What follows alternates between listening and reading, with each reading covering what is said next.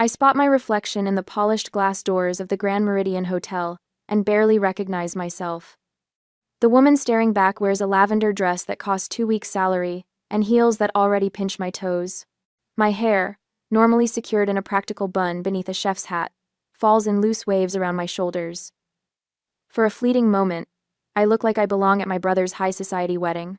The illusion shatters the instant I step inside. The pre-ceremony gathering swells with conversations about law firms, medical practices, and investment portfolios. I clutch my champagne flute, a lifeline in a sea of strangers who are technically family. A waiter passes with a tray of canapés, and I automatically assess their presentation. Old habits. Then I hear my father's voice, carrying from a nearby cluster of his colleagues. "Yes, that's my daughter over there, Scarlett." He gestures vaguely in my direction. "She's just a cook, not a professional like Michael."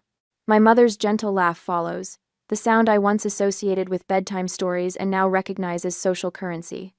We tried to guide her toward law school, but she was always stubborn. The champagne turns sour in my mouth. Heat rushes up my neck and floods my cheeks. My hand trembles, sending ripples across the golden liquid in my glass. Just a cook. After 6 years of culinary school, 3 years of working 16-hour days for minimum wage, and finally earning my position as head chef at one of the most respected restaurants in the city, the memory surfaces without warning. Sunday dinner, 7 years ago. The dining room table polished to a mirror shine, my father at the head, as always. I had finally worked up the courage to tell them. "I've decided not to apply to law school," I announced, my voice steadier than my hands. "I've been accepted to the Institute of Culinary Arts." The silence felt physical, pressing against my skin. My father set down his fork with deliberate care. "Cooking?" He spoke the word like it was a contagious disease. "You want to spend your life as a short-order cook when you could be a lawyer?" "It's not just cooking, Dad, it's a hobby, Scarlett, not a career." I slip away from the pre-ceremony crowd, my lungs suddenly too small for proper breathing. An empty hallway offers temporary sanctuary. I lean against the wall, cool marble against my flushed skin, and close my eyes. Another memory surfaces. Michael, age 12, bringing home an A on a social studies project. Dad framing it for his office. Me, age 14, winning a junior cooking competition. Dad asking if I'd finished my algebra homework. Why am I still seeking their approval after all these years? The question circles my mind like a shark. I've built a career I'm proud of. I run a professional kitchen with 18 staff members. Food critics praise my seasonal menu innovations. None of that matters within these walls, in this family. I remember Chef Marcus's words during my first week as head chef, when I'd apologized for correcting a senior line cook's technique. "Your talent doesn't need their validation, Scarlett. Your knowledge speaks for itself." I straighten my spine and reapply my lipstick using my phone camera. Professional mask in place. I return to the gathering just as guests are being ushered toward the ceremony space. My cousin Brittany intercepts me, her diamond tennis bracelet catching the light. "Scarlett, Mom told me you're working at that French restaurant. Do you like being a cook?" I maintain my smile. "I'm the head chef at Maison Bleu, actually. Not just a cook." My father materializes beside us, champagne in hand. "It's all the same thing, Scarlett. You work in a kitchen." Something snaps inside me. The professional reputation I've built, the certifications earned through late nights studying after grueling shifts, the articles featuring my farm-to-table approach all dismissed in 9 careless words. "Excuse me," I murmur, stepping away before I say something I'll regret.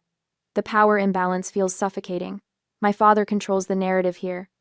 In this gathering of family, friends, colleagues, and relatives, I'm just Richard Anderson's daughter who chose kitchens over courtrooms, the black sheep who couldn't follow the family tradition.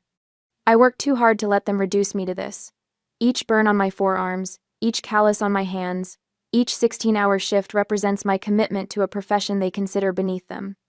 My phone buzzes in my clutch. A text from Chef Marcus. "How's the wedding from hell going?" My fingers hover over the screen. The truth spills out. They're making me feel like I'm nothing. His response comes quickly. "Remember who you are. You didn't earn that ServSafe manager certification by being just a cook." He's right. That certification required hundreds of hours of study, practical application, and a rigorous exam that many industry veterans fail multiple times. I passed on my first attempt with a near-perfect score. The usher directs remaining guests toward the ceremony. I stand straighter, shoulders back, chin lifted slightly. The posture of someone who commands a professional kitchen, not someone seeking approval. I've earned my place in this profession, whether they see it or not. And something tells me that before this wedding is over, they might finally understand exactly what it means to be a chef. I spot the seafood platters first. A bounty of pearlescent shrimp, glistening oysters, and delicate crab claws artfully arranged across silver trays. Under normal circumstances, I'd appreciate the presentation, the careful placement, the garnishes thoughtfully positioned to enhance the visual appeal, but my trained eye catches something else entirely. The seafood sits under decorative lighting, not refrigeration. It's been there for too long. Are these platters supposed to be out already? I ask a passing server who balances a tray of champagne flutes. They've been setting up the displays for about 40 minutes. She replies with a harried smile. We're running behind schedule. My internal temperature alarm blares. 40 minutes at room temperature for seafood is approaching danger zone territory. I watch a young server approach the catering manager, a stocky man with a perpetual frown beneath his thinning hair. Should we be keeping these on ice? The server asks, her voice hesitant. It's fine. We're busy. The manager snaps, dismissing her with a flick of his wrist. Stop wasting time and get the rest of the platters out. A chill runs down my spine that has nothing to do with the air conditioning. My professional instincts shift into high alert, years of training crystallizing into sharp focus. Seafood held above 40 degrees can become dangerous within 2 hours less in a warm room packed with people. I glance at the elderly guests already gathering, including my grandmother who survived a heart attack last year. Michael's pregnant sister-in-law chats with cousins near the bar. I move closer to the service entrance, where the venue manager speaks in hushed, urgent tones with the catering manager. We lost 2 servers and a supervisor this morning. The venue manager explains, her brow furrowed with worry. Just make it work. We're behind schedule. We always do, the catering manager responds with an arrogant smile. Nobody notices these little details anyway. Little details. The words echo in my mind, connecting to countless memories. Dad praising Michael's graduation speech while calling my culinary school valedictorian address nice enough. Mom, showcasing my brother's law school acceptance on social media while my James Beard nomination. Certificate gathered dust in her desk drawer. The pattern stretches back to childhood appearances valued over substance, credentials over actual skill. What they've never understood is that in my profession, those little details are the difference between a memorable celebration and 200 cases of food poisoning. I scan the crowd, mentally cataloging the vulnerable guests. Elderly relatives, a cousin with a compromised immune system, small children running between tables. Over 200 people at risk because someone decided food safety protocols were inconvenient details. The magnitude of what might happen crashes over me. Michael's wedding, the event my parents have spent a year planning, the celebration they've invested their social capital in, could end with ambulances and hospital visits. Their golden child's perfect day destroyed by something entirely preventable. My chef's training and food safety knowledge, the very expertise my family has dismissed for years, suddenly transforms from professional pride to critical necessity. The ServSafe Manager certification Dad once called a fancy piece of paper for kitchen workers might be the only thing standing between these guests and a medical emergency. I remember his dismissive laugh when I proudly showed him my certification after passing the exam with a near-perfect score. Couldn't you have put that study time toward something more professional, Scarlett? Law school applications, maybe? Now I look at the seafood display through new eyes. This isn't about validation anymore. It's not about proving my worth to a family that has consistently undervalued my chosen path. Real people could get sick, seriously sick. The pregnant woman lifting a shrimp to her mouth. The elderly man with diabetes selecting an oyster. I feel my spine straighten, my breathing steady. I can't let people get sick, even if it means confrontation. I whisper to myself, a mantra forming in real time. My father stands near the wedding party table, checking his watch with the impatience I recognize from childhood dinners when my stories about culinary school ran too long. I approach him, keeping my voice low and professional. Dad, we have a serious problem with the food service. The seafood has been sitting out without proper temperature control. It's a health hazard. His smile remains fixed, eyes darting to nearby guests. Don't cause a scene. This is Michael's day. I'm not trying to cause a scene. I'm trying to prevent food poisoning. My mother materializes beside him, her hand lightly touching my arm. Her peach dress matches her perfectly manicured nails, everything coordinated for the photographer's benefit. Not everyone obsesses over these things like you do, dear, she says with the gentle condescension I've grown accustomed to. The caterers know what they're doing. Mom, this isn't about being obsessive. The seafood is in the temperature danger zone. Anyone who eats it risks getting sick. Dad's posture stiffens, his lawyer face sliding into place. The Hendersons recommended this catering company. They've handled events for the governor. That doesn't make their food magically immune to bacteria, I counter, keeping my voice calm despite the urgency building inside me. His voice drops to a harsh whisper. I'm warning you. Don't embarrass this family. If you make a fuss about the food at your brother's wedding, you'll regret it. The threat hangs between us, so familiar it almost makes me laugh. The same warning given when I chose culinary school over law, when I missed a family gathering for my first executive chef position, when I corrected his pronunciation of bouillabaisse at a dinner party. My mother pats my hand. Why don't you go enjoy yourself? Meet the Wilson's son, he's a doctor. Her emphasis on the last word speaks volumes. The realization hits me with perfect clarity. They would rather risk 200 guests getting food poisoning than acknowledge my professional expertise or disrupt their perfect social event. The stakes aren't just my wounded pride anymore, they're potentially life-threatening. Leave the food to the professionals we hired, Dad says with finality, turning away to greet an approaching colleague. Professionals. The word stings, but also steels my resolve. I am a professional one, whose knowledge is particularly relevant right now. I scan the room and spot the venue manager near the entrance to the kitchen, clipboard in hand, worry lines creasing her forehead. I approach her with purpose, extending my hand. Miss Waters? I'm Scarlett Anderson. The bride's sister? Is everything all right? Groom's sister. I correct automatically. And no, everything isn't all right. I pull out my wallet and remove my ServeSafe Manager certification card. I'm not just a concerned guest. I'm a professional. I'm the head chef at Maison Bleu, and those seafood platters are at dangerous temperatures. Her eyes widen as she examines my credentials. You're a certified food safety manager? Yes, and those platters need to be temperature checked immediately. Relief washes over her face. We lost our food safety supervisor last week. I knew something was off with the setup, but the catering manager insisted everything was standard procedure. She lowers her voice. Can you help us? For the first time today, someone is looking at me not as Richard Anderson's disappointing daughter, but as a qualified professional whose expertise has value. The recognition floods me with a sense of purpose stronger than any family approval. I need to check those temperatures immediately, I say, already moving toward the kitchen. Eleanor falls into step beside me. Thank you, Chef Anderson. I think you might be saving this wedding in more ways than you know. I slip into the kitchen through the swinging doors, heart pounding. The weight of what I'm about to do settles like a stone in my stomach. Eleanor follows close behind, her clipboard clutched against her chest. The main cooler is this way, she whispers, leading me past bustling staff who barely glance our way. A sous chef eyes us suspiciously, but returns to his furious chopping when Eleanor flashes her venue manager badge. She pulls open a heavy stainless steel door, and cool air washes over us. Here, she hands me a digital probe thermometer. Our backup. The staff should be using these consistently, but... I nod, understanding the unspoken concern. The thermometer feels like an extension of my hand, a familiar tool of my trade. I approach the seafood platter's first elegant arrangements of shrimp, crab, and salmon that would look beautiful on any table. But beauty isn't the issue here.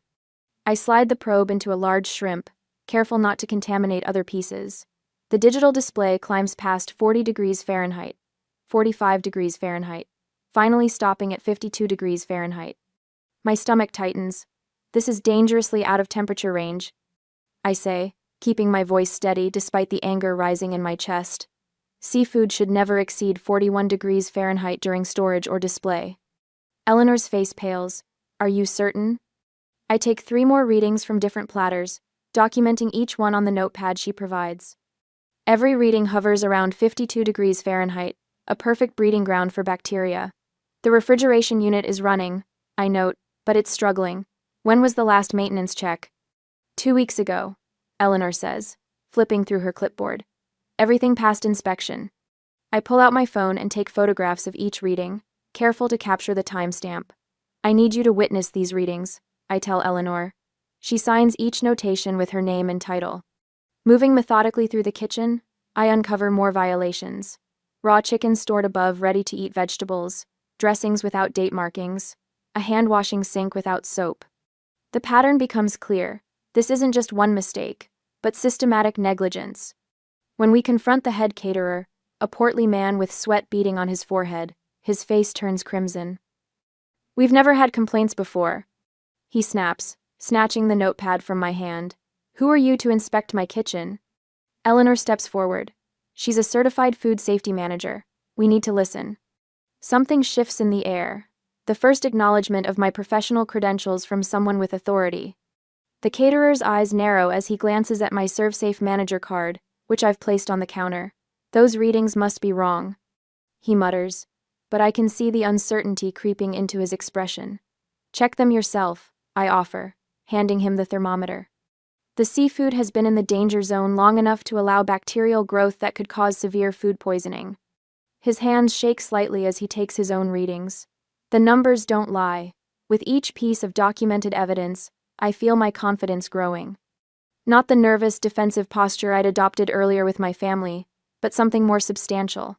The quiet authority that comes from knowing exactly what I'm talking about. "We need to pull all seafood items immediately," I state, my voice carrying across the kitchen. Several staff members pause their work, turning to watch the confrontation. Eleanor nods. "I agree. What about the chicken?" "Needs to be moved below all ready-to-eat foods and checked for proper cooking temperature before service." I'm thinking systematically now, addressing each risk methodically. The dressings need dating or discarding if we can't verify preparation time. A young line cook approaches hesitantly. I tried to tell him earlier about the temperature issue, but he wouldn't listen. The head caterer glares at the young man, but says nothing. "Thank you for speaking up," I tell the cook. "That was the right thing to do." Eleanor touches my arm. "We need to inform your father and the venue management." My momentary confidence wavers. Facing my father with this information will be harder than confronting the caterer. But the evidence is clear, and the risk to guests is real. "Let's do it," I say, gathering my documentation. "The seafood needs to be pulled immediately." Eleanor leads me to a small office off the main reception area. My father is already there, along with the venue's general manager, a tall woman with a severe bun and sharp eyes. "What's this about seafood being removed?" My father demands the moment I walk in. His voice carries that familiar dismissive tone that makes me feel 14 years old again. I place my documentation on the table between us. Photos, temperature readings, witness signatures. Professional evidence, not emotional appeals. "This seafood will cause food poisoning," I state plainly. "It needs to be pulled immediately." My father scoffs. "You're overreacting and embarrassing us." The words sting, but I hold my ground. This isn't about me or you. It's about guest safety. I turn to the venue manager. "The seafood has been held at 52 degrees for an unknown period. FDA guidelines require seafood to remain below 41 degrees. At current temperatures, bacteria double approximately every 20 minutes. The venue manager frowns, examining my documentation. "These readings are concerning." "Concerning?" My father interrupts. "It's just a few degrees. Scarlett has always been dramatic about these things." Eleanor steps forward. "Your daughter is right. We have a serious issue." The venue manager's eyes sharpen. "Mr. Anderson, we could face significant liability if guests become ill. The temperatures, miss. Anderson has documented put us well into the danger zone for bacterial growth." I watch my father's face as the realization dawns this isn't about his daughter overstepping. This is about legal liability. "I'm not asking permission," I say, surprising myself with my steadiness. "I'm telling you as a food safety professional what needs to happen." For a moment, no one speaks. The power in the room has shifted imperceptibly but definitively. The venue manager turns to Eleanor. "Pull all seafood items immediately. Inform the kitchen staff." Eleanor nods. "Yes, ma'am. Based on Miss Anderson's certification, her assessment is actionable." My father's jaw tightens, but he says nothing as Eleanor leaves to execute the order. I've won this round, not through family position or social standing, but through professional expertise. Back in the kitchen, the atmosphere has transformed. Staff move with renewed purpose, following my guidance on safe food handling. The head caterer, now subdued, asks questions about proper cooling procedures. Chef Anderson, Eleanor calls as she returns. The staff needs direction on replacement options. Chef Anderson, not Miss Anderson or Richard's daughter. The simple acknowledgement of my professional title sends a wave of validation through me. A server approaches, extending her hand. Thank you for catching this. My grandmother is here tonight. She's 82 and had a heart valve replacement last year. Food poisoning could have been devastating for her. Before I can respond, another guest enters the kitchen, a middle-aged man in an expensive suit. Are you the chef who caught the temperature issue? He asks, extending his hand. I'm Thomas Riley, executive chef at the Harrington downtown. Quick thinking. You just saved a lot of people from food poisoning. His recognition, professional peer to professional peer, washes over me like a balm. For the first time tonight, I feel seen for who I really am, not as someone's daughter or sister. The kitchen staff gather around as I begin discussing safe alternatives. One suggests a quick pasta dish that could substitute for the seafood course. Another mentions extra chicken inventory that could be prepared safely in time. At this moment, surrounded by people who respect my knowledge, I realize something profound. My worth doesn't depend on my family's recognition. The validation of peers who understand the value of what I do matters more than my father's approval ever could. Eleanor returns, her face flushed with urgency. The seafood's been removed, but now we have 200 hungry guests and a 3-course meal missing its centerpiece. What do we do next? The question hangs in the air as all eyes turn to me. For the first time tonight, I feel not just confident, but powerful. This is my domain. This is where I excel. Now, I say, rolling up my sleeves, we save my brother's wedding dinner. I burst through the swinging doors into the kitchen, Eleanor Waters right behind me. The last traces of triumph from the seafood confrontation evaporate as reality sets in. 200 hungry wedding guests. No main course. 35 minutes until service. Everyone, listen up. My voice cuts through the kitchen chatter with the authority I've earned running Maison Bleu. The seafood has been pulled due to unsafe temperatures. We need an alternative menu immediately. The kitchen staff, a mix of venue employees and catering personnel, exchange nervous glances. I scan their faces, mentally cataloging skills and specialties. Chef Anderson. Eleanor steps forward. All business now. The Anderson family expect. Let's make something better than what they expected. I interrupt, my mind already racing through possibilities. First, what do we have? I need a full inventory.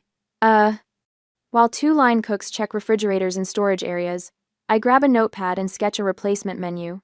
My serve-safe training shifts from defense to offense. What can we prepare safely with available ingredients under severe time constraints? We have 40 pounds of chicken breast, calls out a young woman with practiced knife skills. Whole, boneless. 20 pounds of pasta, assorted dried varieties, adds a sous chef. Fresh vegetables, plenty of herbs, reports another.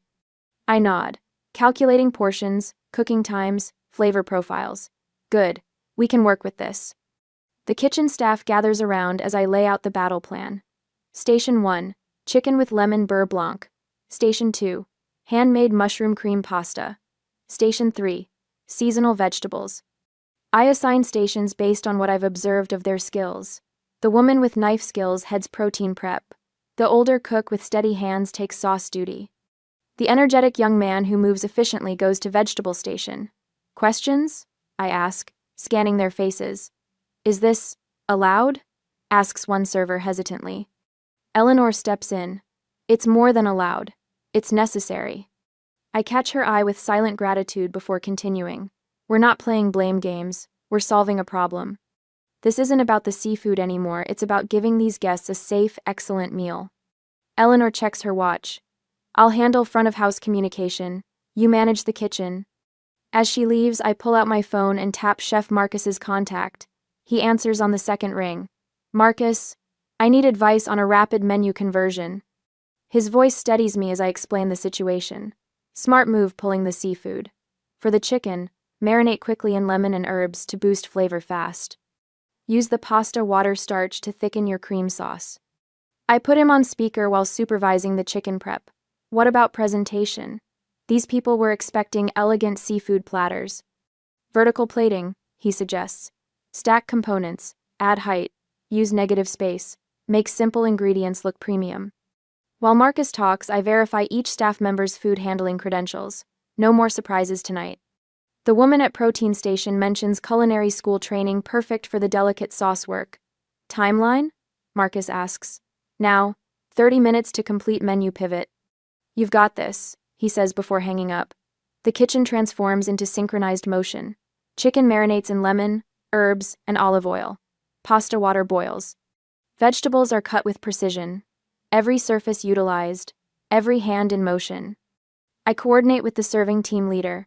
We'll need synchronized service, all tables within 8 minutes of each other. Eleanor returns, nodding approval at our progress. Front of house is handled. I've told the event coordinator we're making adjustments due to quality concerns.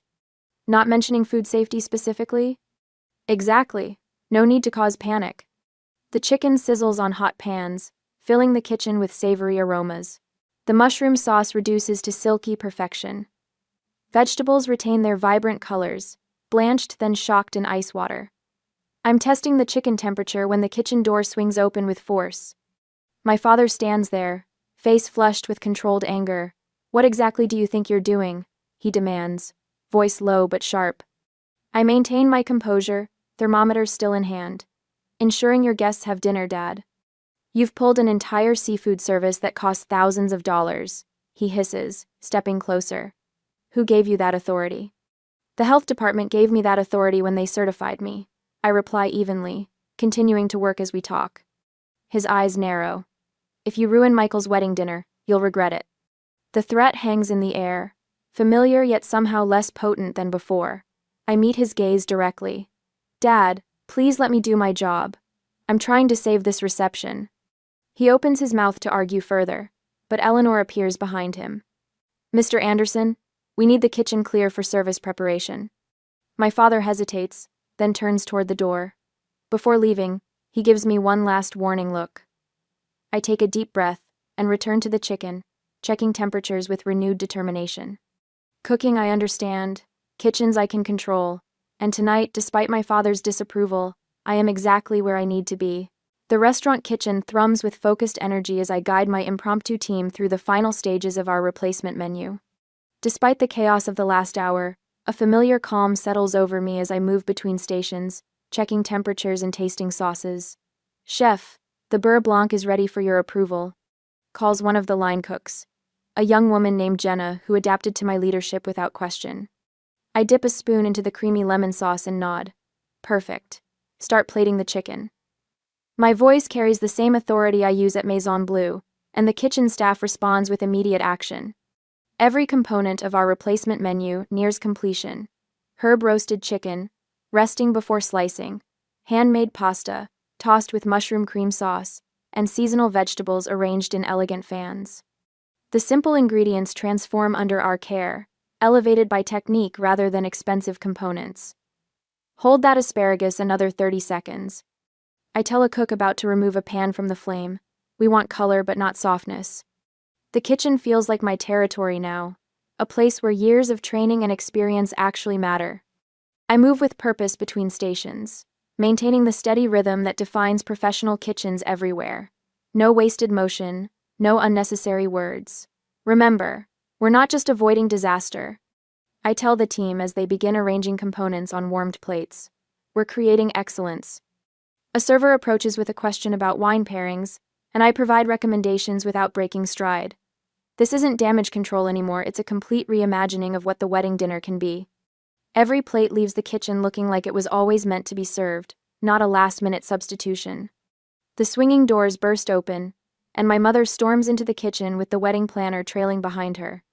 Diana Anderson's perfectly coiffed hair and designer dress look out of place among the stainless steel and kitchen whites.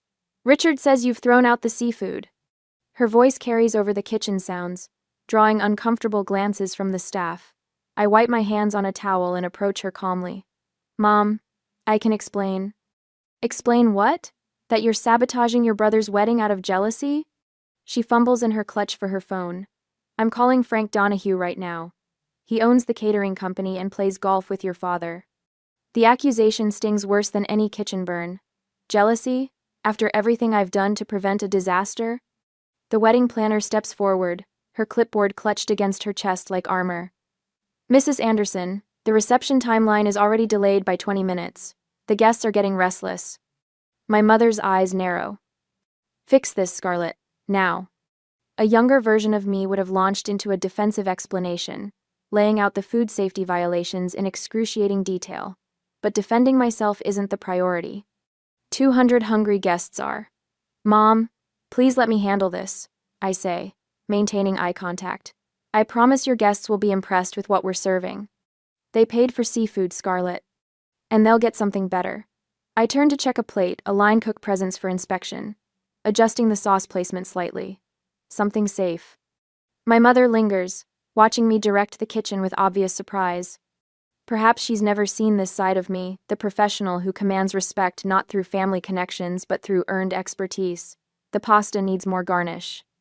I call out, turning my attention fully back to the food. My mother eventually retreats, the wedding planner hurrying after her. The kitchen settles back into its rhythm. I taste the mushroom sauce one final time, adding a pinch of salt. More herbs on the chicken, I instruct, moving to inspect the vegetable presentation. Every dish receives my personal attention. I check temperatures, seasoning, and plating with the precision that earned me my position at Maison Bleu. There's no room for mistakes, not when every plate will be judged not just on taste but against expectations of the original menu. First seating is ready, I announce after inspecting the final arrangement. Servers line up with trays as I make last-minute adjustments to garnishes. The kitchen doors swing open again, and Eleanor steps in. Her professional demeanor has softened, replaced by genuine admiration, as she surveys our work. It's time, she says. The guests are seated and waiting. I take a deep breath, straightening my spine and lifting my chin slightly. In this moment, I'm not Richard Anderson's disappointing daughter, or Michael's jealous sister. I'm Chef Anderson, a professional who knows exactly what she's doing. Whatever happens next, I've done my job. Not as a daughter trying to earn approval, but as a chef protecting her guests. I gather the serving staff around me, aware of every passing second. Tonight, we're serving roasted herb chicken with lemon beurre blanc, handmade pasta with mushroom cream sauce, and fresh seasonal vegetables. Every dish has been prepared with care and meets the highest safety standards. The words steady me. This is what I know. This is what I do. Table 6 gets the vegetarian option. I continue. Tables 12 and 14 have guests with gluten intolerance, so their pasta is replaced with roasted potatoes. The bride's grandmother at table 1 gets a smaller portion with extra sauce, as requested. The servers nod, their expressions a mix of stress and determination. We're all in this together now. Let's go, I say. The kitchen erupts into coordinated motion. Line cooks plate with precision, servers arrange trays, and I inspect each dish before it leaves the kitchen. The mechanics of service take over a dance I've performed thousands of times at Maison Bleu. Eleanor appears at my side as the first trays of food leave the kitchen. Chef Anderson has created something special under difficult circumstances. She tells the servers. Make sure the guests know that. The first plates disappear through the swinging doors, carried by servers with carefully arranged smiles. I stand frozen in place, suddenly aware of what I've done. I've taken responsibility for feeding 200 people on almost no notice, with limited ingredients and borrowed staff. If they hate it, Michael will make his announcement. My parents will never forgive me. The professional reputation I've built will mean nothing in the family narrative. Eleanor stays beside me as we watch through the small window in the kitchen door. They're going to love it, she says quietly. This food has heart. The kitchen staff clusters behind us, peering through any available opening. We watch as the first guests receive their plates. A woman at table 3 takes a bite of the chicken. She pauses, then smiles. Says something to her companion. Can't tell if that's a good or bad reaction, whispers one of the line cooks. I hold my breath as more guests begin eating. A man at table 7 closes his eyes as he tastes the mushroom pasta. Another guest points at her plate, nodding enthusiastically to the server. But these individual reactions won't matter if my family decides I've ruined everything. The stakes have never been higher. My entire identity, professional and personal, hinges on what happens in the next few minutes. More plates ready, calls a voice behind me. I turn back to the kitchen, to the work that grounds me. Let's keep going. As I inspect the next round of plates, I catch Eleanor watching me with an expression I can't quite read. You know, she says, most people would have collapsed under this kind of pressure. I adjust a sprig of herbs on a plate. This is what I do every day. Not with your family trying to sabotage you. The truth of her words hits hard. At Maison Bleu, my expertise is respected. Here, I'm fighting for basic professional recognition from the people who should know me best. The doors swing open as a server returns. Chef Anderson? She says, and my heart stops. The guests at table 1 are asking if they can meet you after dinner. They say it's the best emergency menu they've ever had. Relief floods through me, but I don't let my expression change. Thank them, but let's focus on getting everyone served first. As the second round of plates leaves the kitchen, I allow myself a small moment of hope. Maybe, just maybe, this food will speak for itself, and maybe that will finally be enough. The dining room ripples with whispers as servers deliver the first plates of our replacement menu. My stomach knots as I watch from the kitchen doorway, tucked just far enough back to observe without being obvious. Every part of my chef's brain catalogs the plates as they move through the room, presentation intact, portion sizes consistent, sauce placement precise. But it's the reactions I'm waiting for. Folks are loving it, Eleanor whispers, appearing at my elbow. Watch table 7. An older gentleman at table 7 cuts into his herb-roasted chicken, takes a bite, and closes his eyes. His expression shifts from polite expectation to genuine pleasure. He touches his wife's arm, murmurs something, and she immediately samples her own plate. Her eyebrows lift in surprise. Don't jinx it, I breathe, but a warm current spreads beneath my ribs. The murmurs grow louder as more guests receive their food. Conversations pause while people eat. Servers return to the kitchen without the usual half-eaten plates that signal dissatisfaction. Chef, they're asking for more sauce on the side. Reports a server, practically bouncing with excitement. Table 12 said it's the best chicken they've ever had at a wedding. Table 9 wants to know if we have recipe cards, adds another. The kitchen staff exchange glances, their earlier tension dissolving into cautious smiles. When I'd first commandeered their kitchen, they'd followed my instructions with professional skepticism. Now they move with the proud confidence of a team that knows they've delivered something exceptional. Miss Waters? A woman in her 60s approaches Eleanor. Is it possible to compliment the chef? This pasta is extraordinary. Eleanor's smile widens. Actually, that's Chef Anderson right there. She gestures toward me.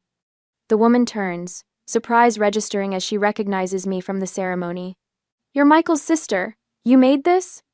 I nod, professional mask firmly in place. Yes, ma'am. I'm glad you're enjoying it. Enjoying doesn't cover it. She lowers her voice. My sister attended the Peterson wedding last month. Food poisoning from bad seafood. 32 people spent their night in the emergency room instead of dancing. A chill runs through me at how close we'd come to the same disaster. Your parents must be so proud, she continues. Before I can formulate a diplomatic response, Eleanor gently interrupts. Chef Anderson completely redesigned tonight's menu when food safety issues were discovered with the original catering. She prevented what could have been a very unfortunate situation. The woman's eyes widen. Well, I'll be telling everyone at my table. That was quick thinking. As she returns to her seat, I watch her lean in to speak with her table mates. Heads turn in my direction, followed by appreciative nods. The word is spreading, Eleanor says, satisfaction evident in her voice. Near the head table, I spot Dr. Wilkins, my parents' longtime friend, and a respected gastroenterologist. He's explaining something to the surrounding tables, gesturing toward his plate, then toward me. The medical explanation of what might have happened carries weight coming from him. Your chicken is perfect, a familiar voice says behind me. I turn to find Michael's college roommate, now a restaurant critic for the city paper. Thanks, James. No, seriously. He holds up his fork. This beer blanc has the perfect acid balance. How did you pull this off on zero notice? Trade secret. I smile, but my attention drifts toward the head table, where my parents sit with Michael and his new wife. Even from here, I can see my father's rigid posture as guests approach to compliment the food and presumably mention the averted disaster. My mother's social smile looks strained. Michael, however, is genuinely enjoying his meal, oblivious to the undercurrents as he beams at his bride. Chef Anderson? The venue's event coordinator approaches with the wireless microphone. We'd like to make a brief announcement before dessert is served. The venue's event to dessert is event. My stomach drops. That's really not necessary. It absolutely is, Eleanor cuts in firmly. This is standard procedure when special circumstances affect an event. The coordinator nods agreement. It's important for liability reasons that we acknowledge what happened and how it was addressed. Before I can protest further, she strides to the center of the reception hall, taps the microphone, and the room gradually quiets. Good evening, everyone. Before we bring out the wedding cake, I want to take a moment to acknowledge something important. Her voice carries clearly through the sound system. Earlier tonight, we had a potential food safety situation with the original menu. I want to recognize Chef Scarlett Anderson, whose professional expertise prevented what could have been a serious health issue. Faces turn in my direction, and I feel heat rising in my cheeks. Chef Anderson, who happens to be the groom's sister, identified the problem and then led our kitchen team in creating this entirely new menu on extremely short notice. Her quick action and culinary skill transformed a potential disaster into the wonderful dining experience you've enjoyed tonight. Applause breaks out, scattered at first, then spreading across the room. Several guests stand, including Dr. Wilkins and his entire table. Eleanor nudges me forward, and I manage a small, professional nod of acknowledgement, fighting the urge to retreat to the kitchen. Through the crowd, I catch my father's expression, a complex mixture of surprise, discomfort, and something that might be dawning respect. My mother sits perfectly still, her social mask momentarily dropped to reveal genuine astonishment. As the applause fades and the coordinator returns the reception to its scheduled program, guests begin approaching me directly. No longer am I just Richard Anderson's daughter who chose kitchens over courtrooms. Now I'm Chef Anderson, the professional whose expertise saved the wedding. Chef. An older man introduces himself as the manager of the city's premier hotel. We're opening a new restaurant space next spring. I'd like to talk to you about consulting on our kitchen setup. A caterer slips me her business card. We need someone with your food safety knowledge. Call me Monday? As the reception shifts toward dancing, Michael breaks away from the receiving line and makes his way to me. His face is flushed, perhaps from champagne, perhaps from emotion. Scar? He starts, using my childhood nickname for the first time in years. Dad told me what happened with the food. You saved my wedding. Just doing my job, I reply, the response automatic. No. He shakes his head emphatically. I didn't understand what you really do. I thought. He looks embarrassed. I thought being a chef was just about cooking nice food. The irony almost makes me laugh. There's a bit more to it. Clearly. He glances back at the head table, where our parents are deep in conversation with the venue manager. You know what Dad just said to me? He said, your sister might be the most competent professional in this family. Something loosens in my chest. A knot I hadn't realized was there.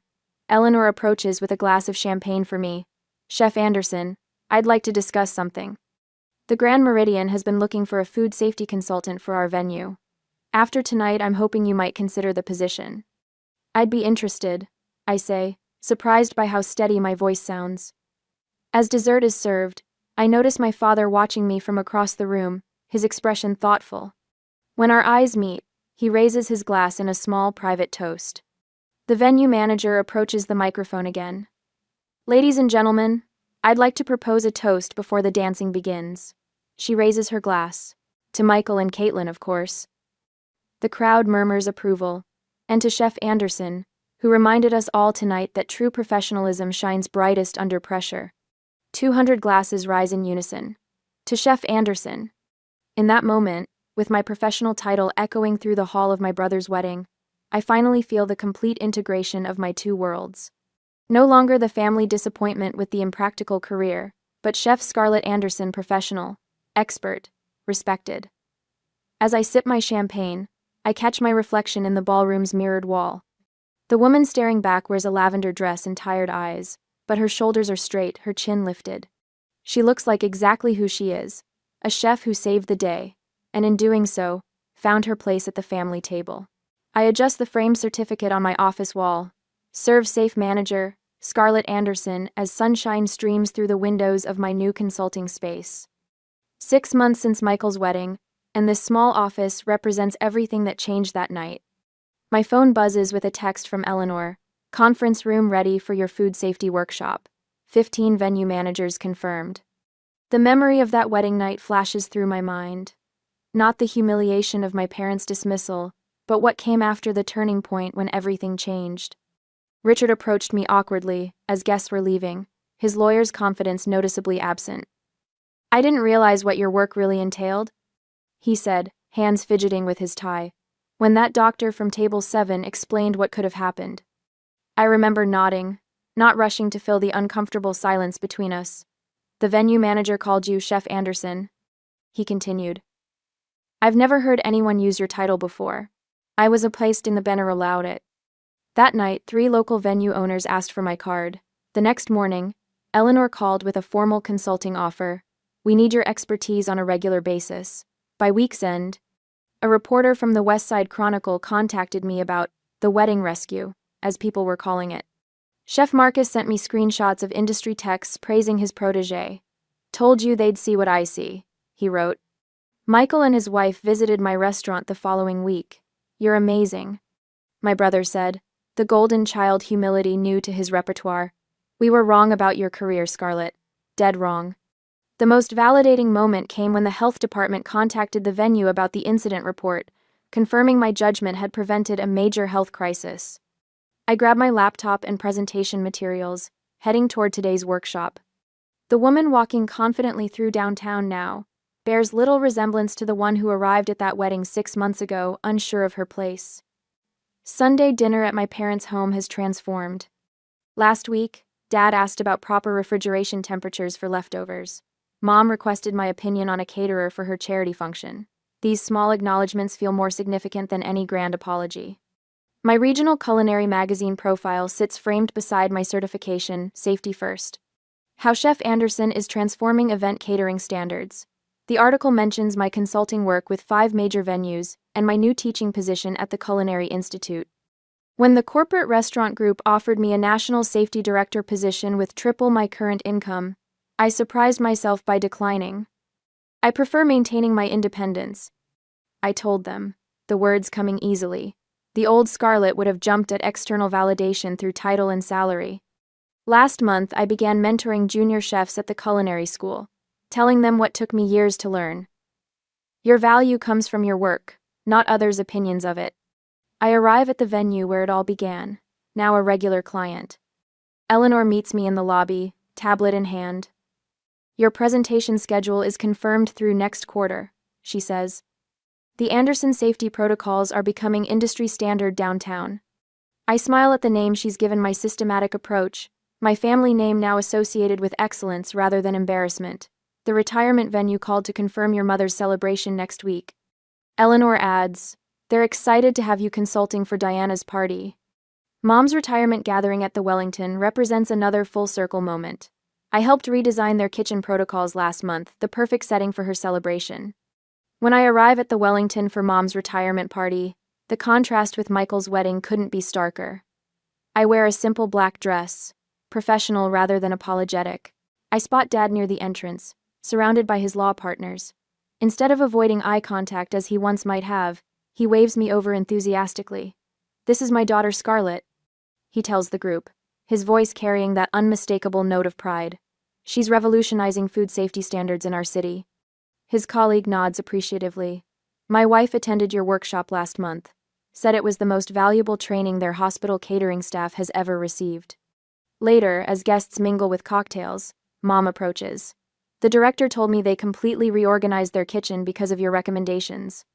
"Sometimes you have to stand firm on what you know is right," I say, even when it's difficult. Her eyes soften with understanding that goes beyond my professional accomplishments. Eleanor joins us, champagne in hand. "Have you told them about the scholarship program?" Mom looks intrigued. "Scholarship?" "The Scarlett Anderson Safety Scholarship," Eleanor explains. "We're launching it next semester at the Culinary Institute, helping students understand the critical importance of food safety early in their training. The program represents everything I've worked toward, not just personal validation, but creating lasting impact. 3 venues have already improved their safety protocols through my consulting. potentially preventing countless illnesses. The room quiets as Dad takes the small stage for a toast to Mom's career. After praising her accomplishments, he pauses, looking in my direction. Diana and I have learned much in recent months, he says, his voice carrying unexpected emotion. I've learned that real respect comes from honoring expertise, even when it appears in unexpected places. Murmurs of agreement ripple through the gathering. I feel a weight lifting that I've carried for years, the burden of seeking approval that never seemed to come. As applause fills the room, I realize a fundamental truth. My worth was never about their approval. It was always about the lives I could protect through my knowledge. That's the legacy I'm building, one kitchen at a time. When Dad raises his glass in my direction, I raise mine in return. Equals at last. Professionals in our own domains, family in all the ways that truly matter.